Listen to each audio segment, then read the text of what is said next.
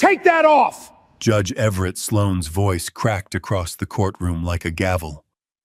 The woman standing before him wore a faded olive tactical jacket, stained with old blood, scorched at the shoulder, and he wanted it gone before she touched his witness stand. Claire Donnelly said nothing. She simply stood straight the way soldiers do. That's when an admiral in the hallway stopped breathing.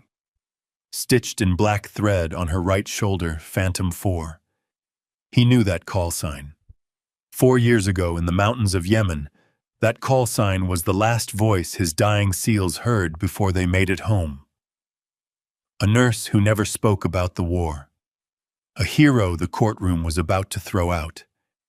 And the judge's arrogance was seconds away from destroying an innocent man's only chance at the truth. If you've never heard a story like this before, make sure you subscribe so you don't miss the ones coming next. Now let's get into it. The emergency room at Pacific Mercy Medical Center did not slow down for sunrise. It did not slow down for shift changes, for holidays, or for the kind of exhaustion that settled into a person's bones like concrete. Claire Donnelly had learned that truth a long time ago, not in this hospital, but somewhere far from its fluorescent lights and sanitized corridors, in a place where the difference between fast and slow was measured in whether someone came home or didn't. She carried that knowledge into every shift, and it showed in the way she moved, deliberate, unhurried, even when everything around her was falling apart, the kind of calm that younger nurses mistook for coldness until the moment they needed it most. She had been on her feet for 36 hours when the last ambulance from the Interstate 5 pileup cleared out. 17 patients. 4 critical. 2 surgeries she had scrubbed into when the attending physicians needed an extra set of hands that knew exactly what they were doing. By the time the department finally exhaled, the blood on her dark blue scrubs had dried to a rust color, and the clock on the wall read 11:47 in the morning. She had exactly 53 minutes to get across the city. Claire went to her locker without telling anyone where she was going. She pulled out the jacket. It was olive drab, faded to the color of old moss with a burn mark on the left shoulder that no amount of washing had ever been able to explain away. The cuffs were frayed. The chest pockets had been restitched at some point by someone who was not a tailor. On the right shoulder, pressed against a strip of worn Velcro, was a patch embroidered in black thread, Phantom 4. She put it on the way other people put on armor, not for warmth, not for comfort, but because some things you wear to keep the world from seeing what's underneath. She had not planned to wear it to court. She had not planned to wear it anywhere ever in a room full of strangers. But her clean clothes were at home. Home was 20 minutes in the wrong direction, and Mason Keene had been waiting 3 weeks for this day. She had met Mason 8 months ago through a trauma recovery program for veterans that operated out of a community center near the waterfront.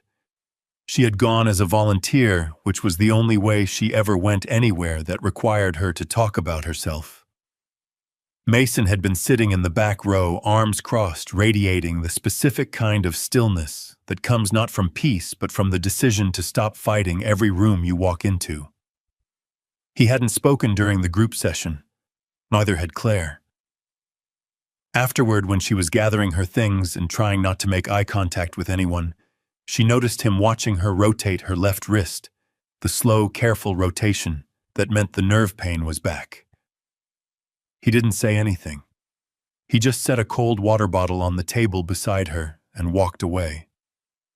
She understood in that moment that he was someone who had seen enough pain to know when not to ask questions. That was the beginning of whatever it was. They were not friends exactly, but people who recognized each other.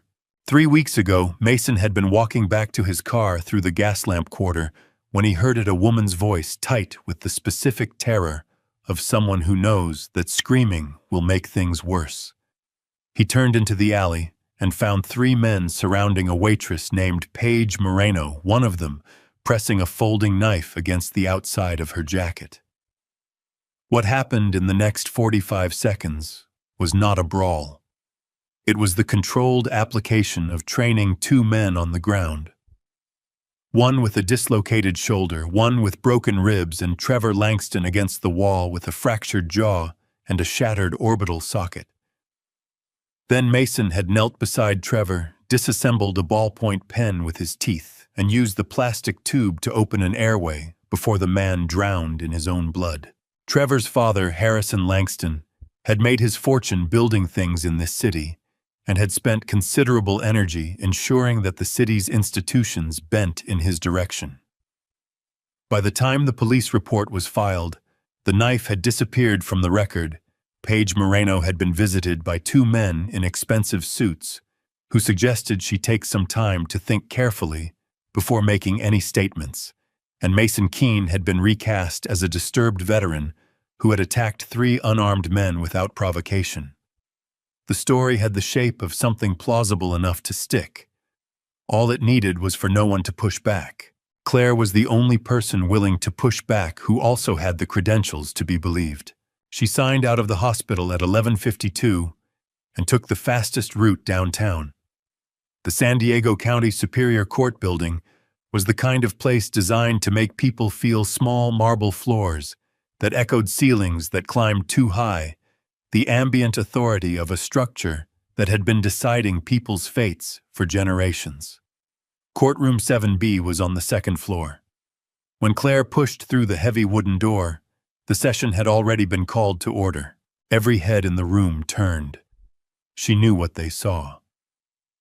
A woman in blood-stained scrubs and a battered military jacket, hair still pulled back in the practical knot of someone who had not thought about her hair since the previous morning, walking into a room full of pressed suits and studied composure.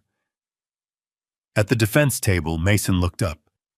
Something moved across his face, gratitude and dread arriving at exactly the same moment.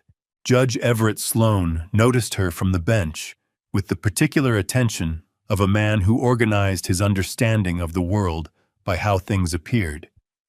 He had been presiding over this courtroom for 19 years, long enough to have developed the unshakable conviction that he could determine the character of anyone who walked through those doors within the first 30 seconds. He raised one hand. "Stop right there." Claire stopped. Sloan looked at her the way a man looks at something that has been brought into his house without permission. His voice carried easily across the room he had spent 2 decades making sure it always did. He informed her that her appearance was an affront to the dignity of these proceedings, that the clothing she was wearing was inappropriate for a court of law, and he used the word filthy with a precision that suggested he had been waiting for an opportunity to use it in exactly this context. Claire explained that she had come directly from a 36-hour shift following a mass casualty event on Interstate 5. She explained that she had not had time to change. Her voice was level, the same voice she used when she was telling a family in the waiting room, something they did not want to hear, not unkind, but incapable of being softened into something easier. Sloan was not interested in the explanation. He told her that the jacket was a piece of military paraphernalia and that she would remove it before she was permitted to approach the witness stand. He said it with the finality of someone who had never once been told no and expected that to continue. "I'd prefer to keep it on," Claire said. "I can't explain why right now, but I'm asking." The room was very quiet. Sloan's expression shifted in the way of a man who has just been handed a challenge he did not anticipate and is deciding how much force to use in response. He told her that her preferences were not relevant in his courtroom. He told her that she could comply or she could be held in contempt, remanded for 48 hours, and have her testimony struck from the record entirely. At the defense table, Mason caught Claire's eye. He gave the smallest shake of his head, barely a movement at all, the kind of signal that exists between people who have learned to communicate in compression. It meant, "Don't do this for me." It meant, "I know what's under that jacket and I'm not worth it." The stillness of it, the complete absence of any demand, hit her somewhere behind the sternum. He was protecting her even now, even from here. She stayed where she was, Sloane's patience gave out. He directed the two court officers flanking the doors to approach the witness and assist her in complying with the court's instruction. The two men began to move. Claire's posture changed. Not dramatically, she didn't step back or raise her hands. She simply became very still, in the way of someone who has been in situations where stillness was the first line of defense. When she spoke, her voice had dropped a register shed. Something becomes something else entirely. Don't touch me. Two armed men stopped walking. They couldn't have explained afterward why they stopped. There was something in the instruction that bypassed the usual calculations and landed directly in the part of the brain that recognizes genuine authority when it hears it. Sloane leaned forward. His eyes moved to the patch on her shoulder, the embroidered black letters, the worn Velcro, the insignia below it, that he didn't recognize. He didn't know what Phantom 4 meant. He assumed it meant nothing. He said something about costumes. He said something about war games.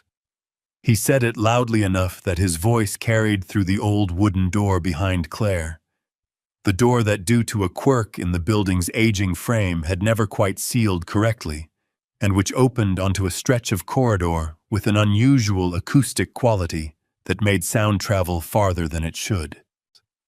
Outside that door, Admiral Conrad Barrett had been standing in the hallway for 14 minutes.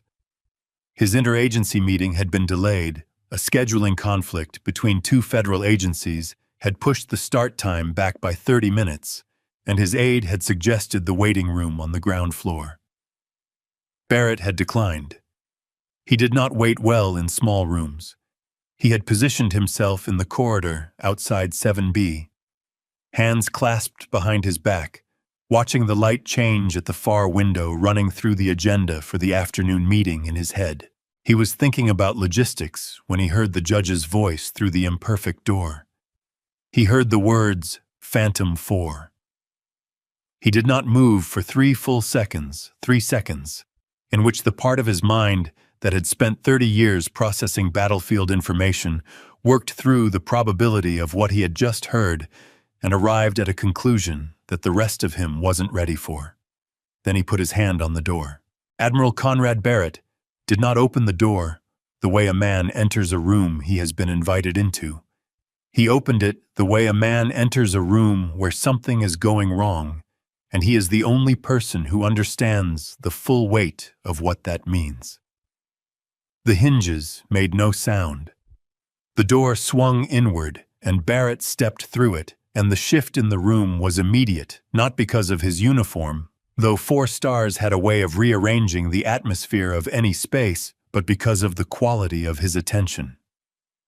He was looking at Claire the way you look at someone you thought you would never see again. Sloane was already drawing breath to address the intrusion when Barrett spoke first. "No one touches her." His voice carried no heat, which somehow made it more absolute than if he had shouted. He told the 2 court officers without looking at them that any physical contact with the woman standing at the center of that room could constitute interference with a federal matter, and that the security footage from the hallway camera was already part of a record that extended well beyond this courtroom's jurisdiction. Sloane's jaw tightened. He had spent 19 years in that chair, and in 19 years, he had developed a precise and well-defended sense of where his authority ended and where it was being challenged. This felt like the latter. He informed Barrett in language that left no ambiguity about his position that this was his courtroom, and that no officer of any branch, regardless of rank, had the standing to issue directives from the gallery without an invitation. He told Barrett's aide, who had followed the Admiral through the door, looking considerably less certain of himself, to escort the Admiral back to the hallway. Barrett did not move. He clasped his hands behind his back, a posture so deeply habitual that it seemed less like a choice and more like the default position his body returned to when the world required steadiness. He said quietly enough that it was almost a private conversation between 2 men who happened to be in a public room, that if the judge wanted to continue this proceeding on the record, while an ongoing interagency investigation was watching. That was certainly his right. He said he would be happy to wait outside while the court officers made physical contact with a woman whose file was sealed at the highest level of Naval Special Operations. He said it without inflection, the way you state a fact about gravity. The room held its breath. Harrison Langston, seated in the front row with the careful arrangement of a man who had paid to be comfortable in difficult rooms, was no longer comfortable. At the prosecution table, Miles Corbett had set down his pen. The jury box was very still. Sloan sat back. He had not conceded, not yet, not in any way he would have named as such. But the order to the court officers did not come. In the absence of that order, the two men drifted back toward the door, and the room reconfigured itself around the fact that Barrett was staying. Sloan told Claire in a voice that had lost some of its earlier certainty that the court would permit her to approach the stand once the matter of her attire had been resolved. Claire had been watching all of this without expression. She had spent years learning to read rooms in the seconds before things went bad. And she understood exactly what was happening. The argument had been suspended, not ended. Sloan had not changed his mind. He had simply run the calculation and found that direct confrontation with a 4-star admiral on camera over a jacket was a position he could not defend publicly. But the contempt charge was still on the table. The testimony was still at risk. And Mason was still sitting at that defense table with his face turned down toward his hands, not watching, because he could not make himself watch. She made the decision the way she had made decisions in much worse places, quickly, cleanly, without waiting to see if a better option would materialize. Claire reached up and pulled the zipper down. The jacket came off in one motion. She folded it over her arm, set it on the railing beside her, and when she straightened and faced the room, there was nothing left to hide behind. From the elbow to the shoulder on both arms, her skin told a story that no one in that courtroom had been prepared for. Burned tissue, mottled and thick, ran in irregular patterns across the outer arm and up toward the joint. Surgical grafts marked the places where the damage had been deepest.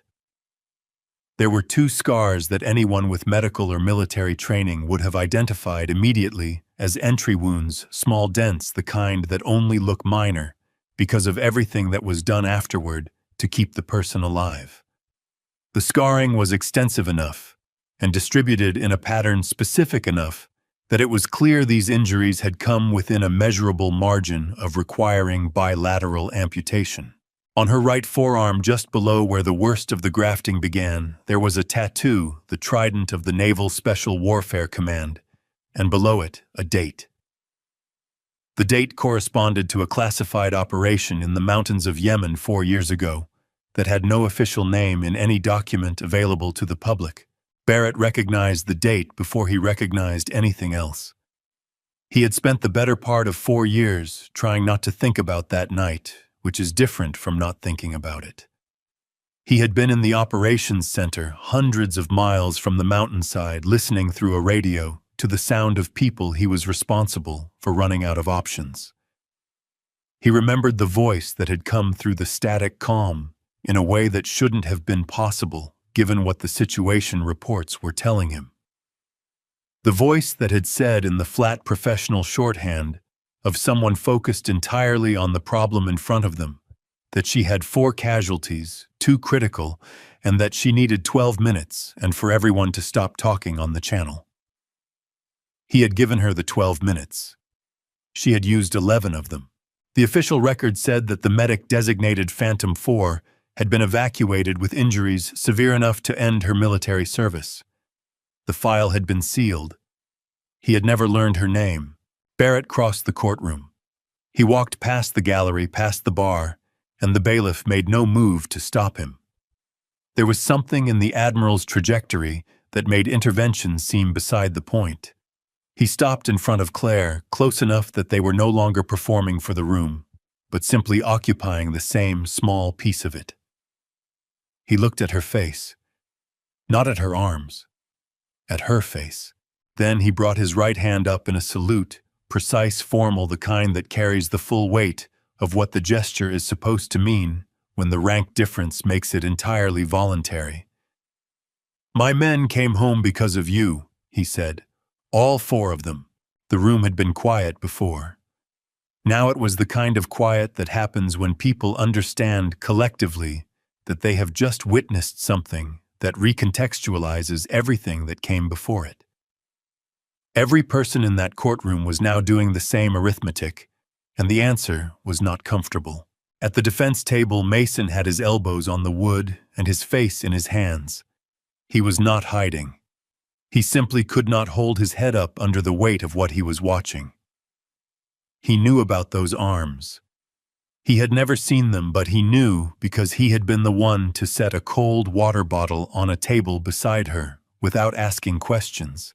And he had understood even then that the long sleeves in August were not about temperature. He had never asked, and she had never told him, and that had been the terms of whatever trust existed between them. Now she had blown the whole thing open in a federal courtroom in front of strangers for him, and there was no way to hold that without something breaking. Sloane looked at his own hands. His expression had moved through several versions of itself in the last 2 minutes, and arrived somewhere that wasn't quite recognition and wasn't quite remorse, but occupied the territory between them. The place a man stands when he has done something publicly that he cannot privately justify. He told the court officers to stand down. He told Barrett's aide that the Admiral could remain as an observer. He did not apologize. Not yet. He told Claire she could approach the stand, and his voice had shed the particular authority it had carried since the session began. Claire picked up her jacket, draped it over the railing, and walked to the witness stand. The questioning from the defense moved through the established facts, her professional background, her connection to Mason, through the Veterans Recovery Program, her clinical expertise in trauma medicine. Claire answered each question in the same register she had maintained since she walked in, precise, unembellished, stripped of emotional ornamentation. When Aaron Delaney Mason's defense attorney asked her to describe Mason's state of mind based on her professional assessment, she said the question was slightly wrong. She said she couldn't speak to his state of mind. She could speak to his actions, and she could explain what those actions indicated about his training and his decision-making in a high-stress situation. Miles Corbett objected before she could continue. He was a careful prosecutor who knew better than to attack a witness directly when the room's sympathy had shifted, so he attacked the methodology instead, suggesting that Claire's relationship with Mason compromised her objectivity, that her assessment was advocacy dressed as expertise. He noted with the even tone of someone who believes they are stating the obvious that Trevor Langston had been hospitalized with a fractured jaw, a shattered orbital socket, and injuries that had required surgery. Claire did not dispute the injuries. She said the injuries were in fact the point. She asked the court's permission to walk through the medical record of what had been found when Trevor Langston arrived at the emergency room. Documentation she had subsequently reviewed in full. Sloane, operating now in a more careful register than he had occupied an hour ago, granted the request. Claire laid it out with the efficiency of someone who had explained complex physiological events under conditions considerably more difficult than a courtroom. The jaw fracture, the orbital fracture, the blood and bone fragment aspiration that had begun compromising Trevor's airway within minutes of the altercation ending. Without intervention, she said Trevor Langston would have been dead before the ambulance arrived. The timeline from injury to airway failure was under 2 minutes. The intervention had not been performed by paramedics.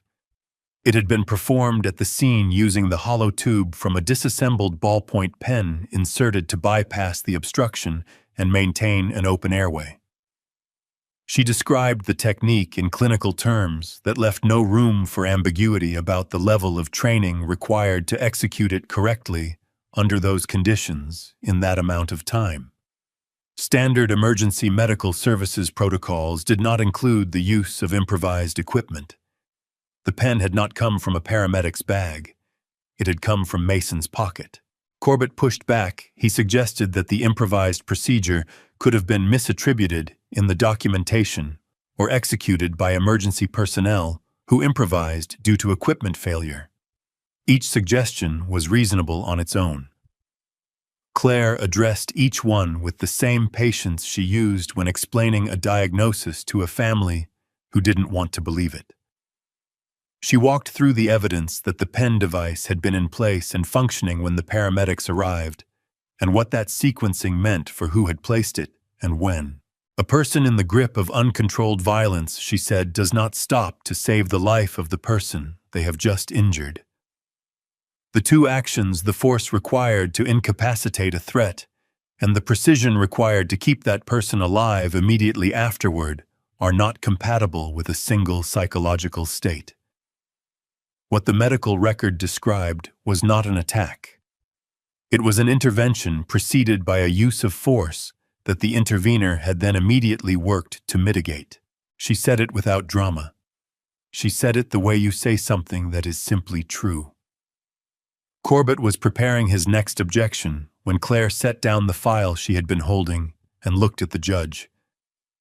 She said there was one additional piece of documentation she needed to introduce into evidence, something that had not appeared in the police report, something that she believed the court needed to understand had existed from the very beginning of this case.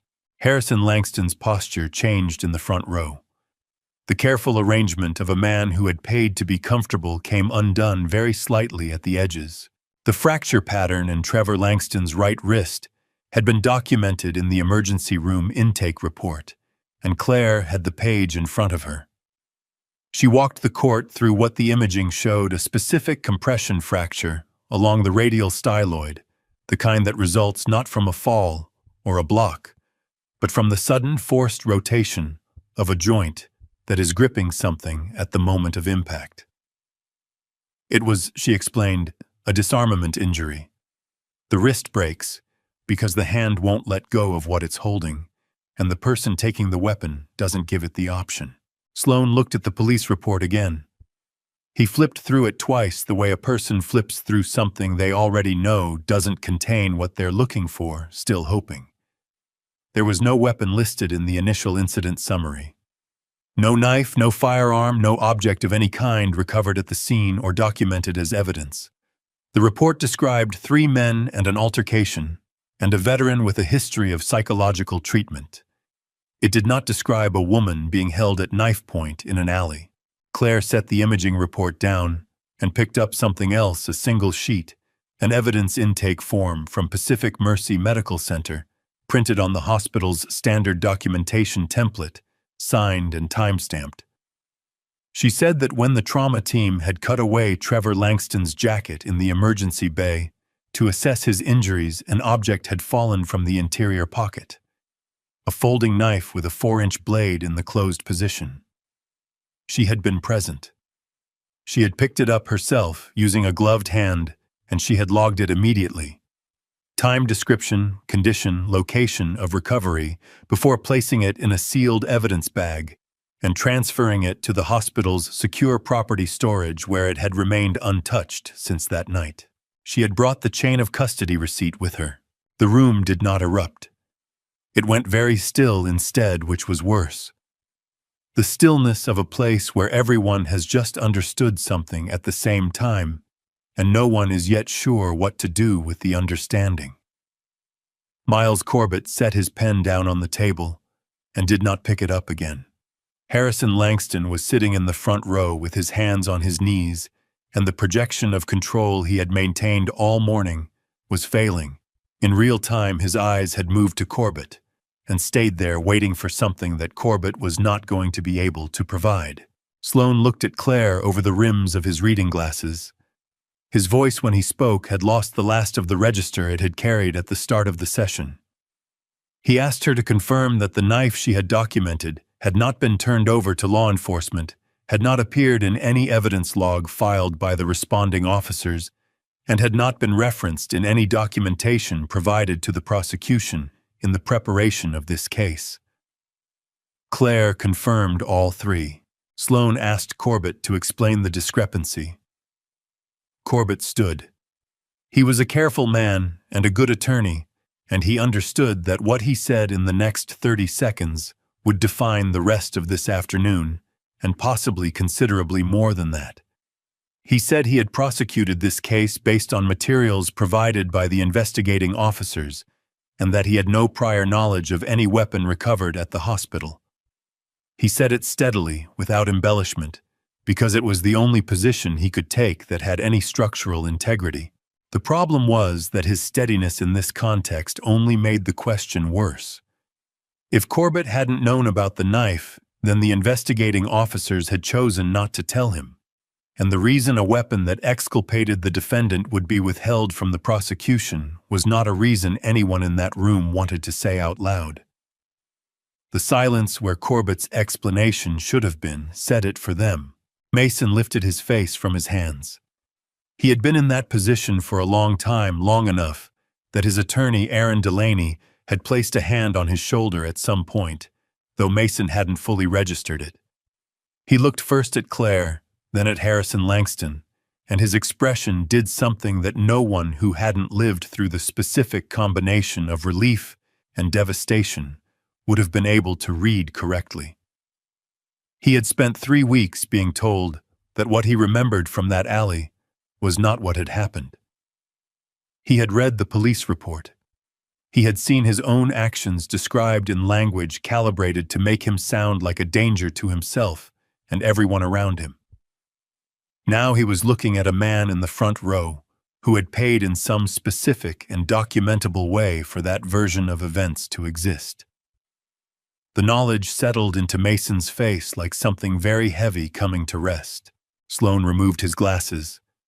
He set them on the bench and looked at the room, and what crossed his face was not the practiced judicial neutrality that courtrooms require, but something older and less managed. He was looking at a chain of custody receipt that suggested someone had decided at a very early point in this case that the truth was negotiable. And he was aware in a way he could not entirely suppress that he had nearly helped that negotiation succeed by throwing the one witness who could expose it out of his courtroom because of what she was wearing. He ordered the knife retrieved from Pacific Mercy's property storage and transferred immediately to the court's custody. He directed that the evidence intake records be entered into the case file. He told Corbett that the matter of the missing weapon documentation was being referred to the presiding judge of the criminal division for a review, and that the investigating officers named in the original incident report would be required to provide written explanations for the discrepancy within 72 hours. He said the words obstruction and misconduct in the flat procedural tone of a man who is being very careful not to say more than he can currently support.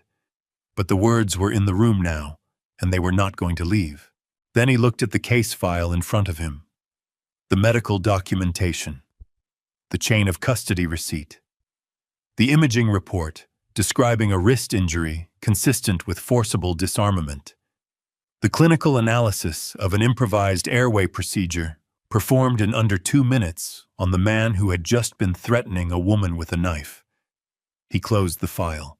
He said that based on the totality of the evidence presented, and in light of material that had been demonstrably absent from the original prosecution case, he was dismissing all charges against Mason Keene, effective immediately.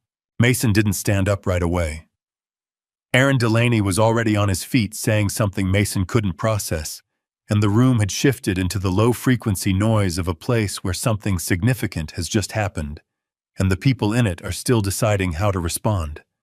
Mason sat in his chair for a moment longer than he needed to, and then he stood, and he walked to where Claire was gathering her documents at the witness stand. He stopped about a foot away from her. There was no gesture that felt adequate to what had just happened.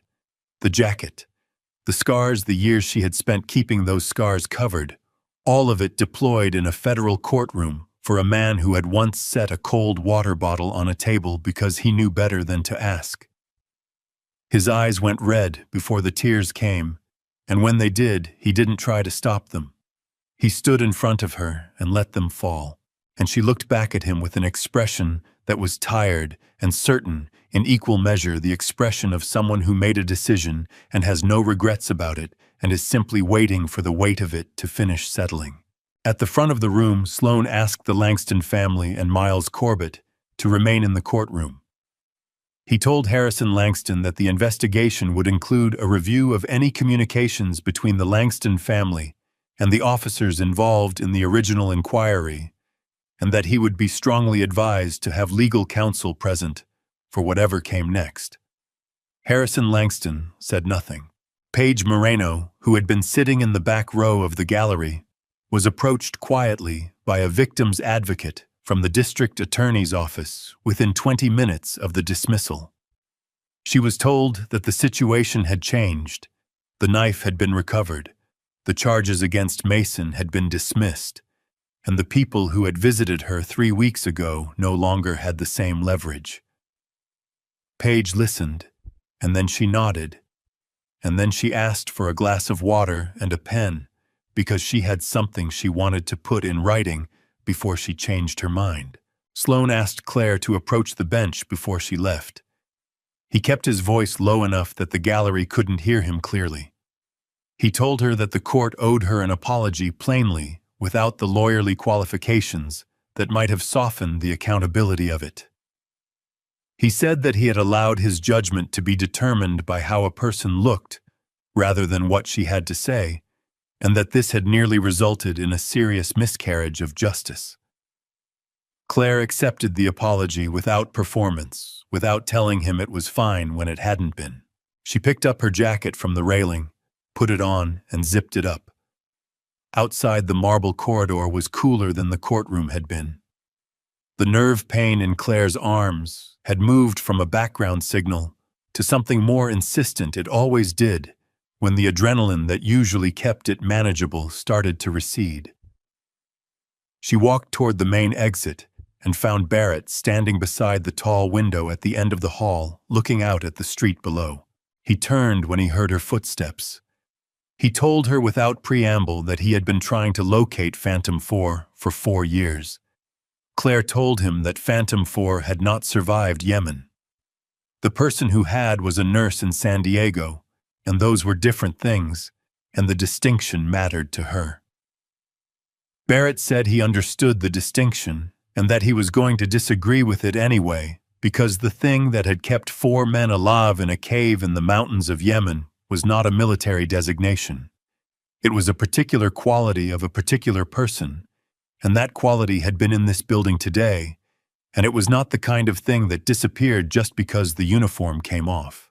He reached into his jacket and took out a coin, the Naval Special Warfare Command Challenge coin, its face worn smooth in the way of something that has spent years in a pocket. He placed it in Claire's hand.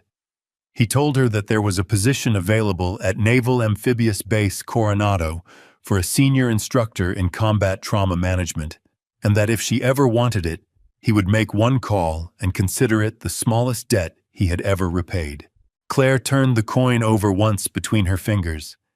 Then she put it in her jacket pocket next to her phone, which had a notification she already knew the content of the Veterans Recovery Program coordinator, asking if she could stop by before her next shift. A new participant hadn't spoken to anyone since arriving, sitting alone in the corner of the waiting room. The coordinator thought Claire might know what to do with that. She thanked Barrett. She told him the next shift started in 12 hours, and that Pacific Mercy still had patients who needed her more than Coronado did.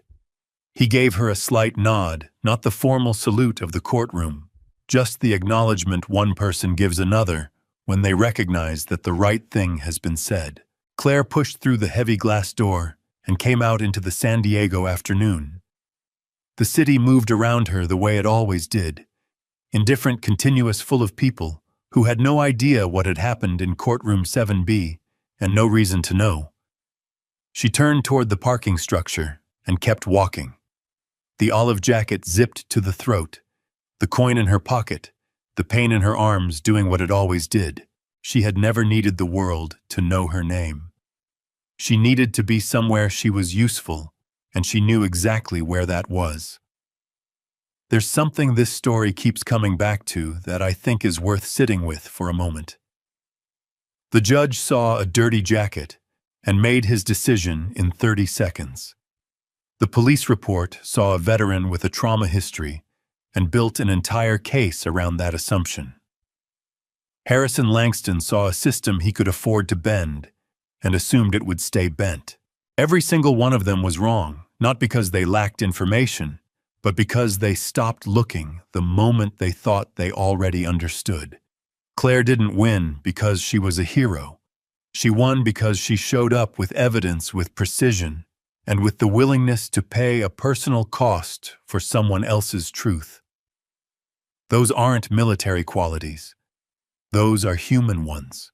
We walk past people like Claire every single day, people carrying things we can't see, choosing quietly to show up for someone else anyway. The least we can do is not make up our minds about them before they've had the chance to speak. If this story stayed with you, share it with someone who needs to hear it today.